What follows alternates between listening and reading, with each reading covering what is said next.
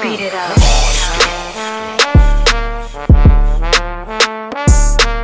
Welcome back. What do you think? You think we should just get into our guest right now? I could talk some more and shit, or we could just, you know what I'm saying? Let's get into our guest. Our guest today is a very special guest. String ain't here to cut on me right now. Shit. Very special guest. I've known him since I came in the game, which was like, I don't know, I want to say like, I mean, before y'all heard of us, like, you know, like before the world, you know what I mean? Y'all heard of Helter Skelter in like 95 or whatever, but this individual's been around since before y'all heard of that. Like, we were running to a bunch and all over in shows with Wu-Tang and shit like that. And it's a lot of mystery around it. Some would say he came he was out before Wu-Tang. I'm not sure. I don't get my date. My dates ain't all the way together. But everybody show some respect to the God, Shyheim the Rugged Child, or I believe he's Shyheim the Man Child now. Shyheim Rugged, yeah, something like that. What's good, brother? Hey, what's up, family? How y'all doing? Ain't nothing, man. I'm maintaining, constantly elevating. You know, that's the plan. That's what it is. It's good to see you, man. Good to see you. You've been, I mean, you know, you was out the mix for a while and shit. You know what I mean? And you know, like it's always good to see one of ours back in the mix. You know what I'm saying? Able to do the things that we love at the rate we love doing it or whatever. You know what I mean? So that's you know, props to you. Congratulations on that. If I didn't get the chance to officially say that to you. Thank you. So how you doing, man? What you got going on these days? Oh man, I'm like the Seinfeld show. It's really about nothing. You know what I'm saying? It's just a whole bunch of shit about nothing, really. When it all boils down to it, you know what I'm saying? Really though, you know what I'm saying? So how does that work? What does that look like in Shyheim's world?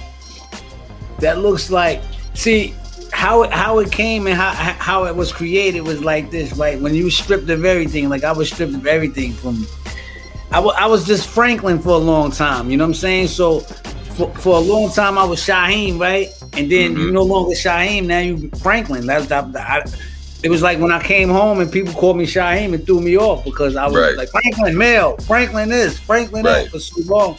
Yeah. But the good thing that came about it didn't have the value that it doesn't have the value that it once had. There was a time for attention, for fame,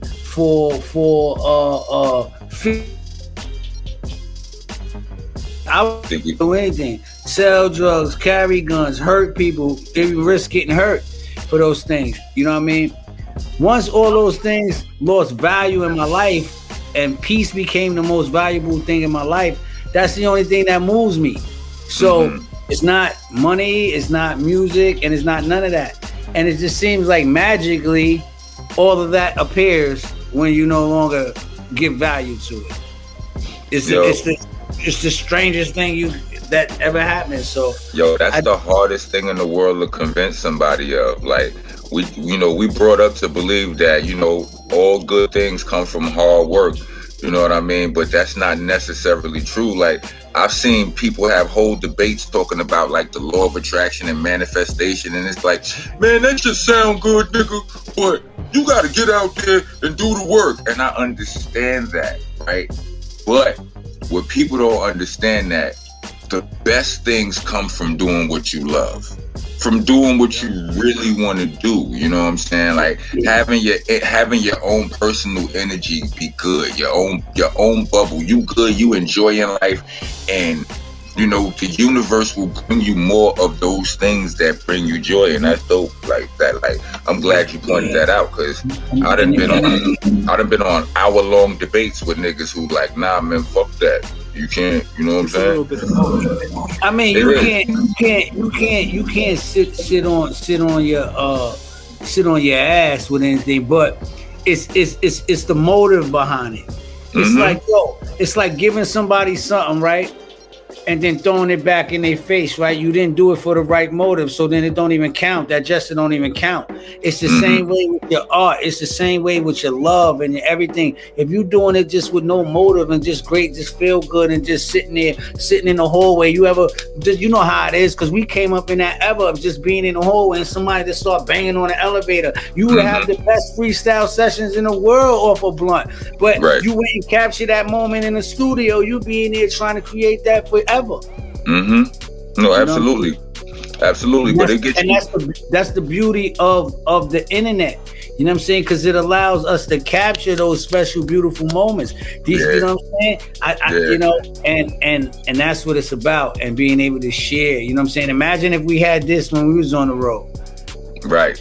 Back then, I'm talking early 90s, late 90s, and we had the internet and we was able just to take a song and upload it and make money and without having to be a slave, because we had to be slave, my nigga. We was in prison in this industry. Like, niggas, you know what I'm saying? Like we had record deals. Like, so it's like, you know what it's like. So that's why it's important for the young boys to know the history of us as rappers, as well as the history of our black leaders and people that fought for us, for our rights as well. It's the same difference. Hi, I'm the Rockness monster. Dopest voice in hip hop ever. Yes, ever. Ladies love my voice. You know what else ladies love? Ladies love cool shirts. We got some of the coolest shirts you ever seen in your life over here. They don't shrink, they don't wrinkle, they don't fade. The best part about it is they feel good, real good. I promise you. You put this shirt on and women are gonna hug you different. We also got matching socks and neck gaiters for whichever shirt you order. Speaking of ordering, to order, go to rocknessbcc.bandcamp.com. Go there and have a blast. Knock yourself out. Rock on, rock on. History, right? So, you know, for the people that aren't familiar exactly what you brought to the game back in the day, right? You know, you was like one of the youngest, you know what I'm saying, cats like really out there popping from New York, you know what I'm saying, back in the day. Like, tell these cats exactly who you are and like what you did and what you was, you know, and how you was popping back then. Well, my name is Shyheim, you know what I'm saying? Rugged child, the man child. I'm not really into the thing of saying, hey, look at me, I did this, I did that. If you know what I'm saying? If you're not familiar, you could Google, you have the information out there. You know what I'm saying? But I did a little things, you know, I did a couple of things. I did some movies, I did some television, you know what I'm saying? I did some hip hop. You know what I'm saying? From Staten Island, New York, you know what I'm saying? I represent Wu-Tang, and yeah. It's very accomplished individual right here. You understand what I'm saying? This ain't just my man from up the block and shit. You understand what I'm saying? This is my man from across the water. You know what I'm saying? But still in New York though, like still in the boroughs. But yeah, man, that's dope.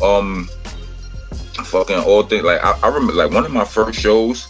I think one of my first shows on the road was with Shyheim and Wu-Tang. It was in VA, and I remember you had like I think you had Rubber Bands with you. You still, what's up with Rubber Bands? He still, you know, he good? Yeah, he actually I just spoke to him the other day. He in Alabama. He's still doing music. He on the gram. I think it's official Rubber Bands. He on the gram. He doing his thing. He pushing. You know what I mean? Yeah, that was this was one of my first real shows. Like Black Moon and Smith and Wesson had just started. You know, they was taking us little by little. We didn't all just start going on the road. They was first. You know, it wasn't in the budget. They would take Ruck or Rock. This is one of the first times they took Ruck and Rock, you know what I mean? And we went out there and I think Shy Rock first. I think we rock second, and then the rest of the clan rock third. They closed the show. The shit was, I mean, it was other opening acts, but this shit was it was such a memorable experience for me. Like, I never forget how when the lights went out and I heard all 100 of them niggas walking on stage. Like, I was standing on the side of the stage and as they fucking feet was hitting the steps, it was literally shaking me. Like, I was like, this shit is crazy. Like, the 100 niggas walking up these metal steps, and the lights is out, and you can't see. You just like, this shit is about. We made people go back and get their crew. You had to come back with your projects to deal with Wu-Tang. It was too many of us. We're responsible for that. Before rappers would get on, and that was it. They was gone. Wu-Tang was that every crew gotta be deep. Now you had to be there. Like, if you was ever in the mix of a Wu-Tang event or anything, like, even if it wasn't a Wu-Tang event, I mean, just like them, when they went through when they was swarming, like the whole, like it was the intensity in the air that you can't, it's hard to describe, or you damn sure can't mimic it. But I promise you, they was stomping on the metal stairs, and my body was literally shaking. Pause. Like, I could, with everything, and it's pitch black in this bitch. This shit was crazy, yeah. And then they went on stage, and I think they started out with Wu-Tang Clan and nothing to fuck with. It was crazy. But before that, like I said, I got this. Like I didn't know who Rubber Bands was before that. I recognized who he was on your stage show. You know what I mean? You rock, because I was a fan of the shit. I came out to the side of the stage from the back of the dressing room, whatever, to watch everybody perform. I was fans of all of this shit. And this was my first time in Virginia ever. So I'm watching this, and these niggas is killing this shit. Like, that's back when clubs didn't have couches. Remember that? Right. Yo, I say this all the time, like, maybe I don't say this part of it enough, but like, I learned from Wu-Tang as a whole, like the different personalities and shit, like, you know what I mean, like, and just like wasn't no two members alike, you know what I mean, and Shyheim was able to exist inside and outside of that. You understand what I'm saying? And he was, he was the babyface gangster. You know what I'm saying? He was the, like, usually when you had a kid rapping, they try to make him popcorn, and Shyheim was the opposite of that shit. You understand what I'm saying? Like, I knew who you were outside of Wu-Tang. Before I even listened to Wu-Tang records, I knew who you was as a rapper. Cause then you have a song that came out before all of the Wu-Tang. For listening to Monsta Mondayz podcast, please join us every Monday from 8 to 10 p.m. West Coast time and 11 to 1 a.m. East Coast time. Every single Monday, Monsta Monday on the Dash app. Also, check out these awesome shows from the rest of our podcasting family. Funny Farm, East New York Radio, All Elements Mix Show, The Star Power Collective, La Cosa Nostra Radio, 5150 Mix Show, Block News Live, Vinyl Coffee Mix Show, and Hidden Gems. Check them all out under the Delicious Vinyl radio station.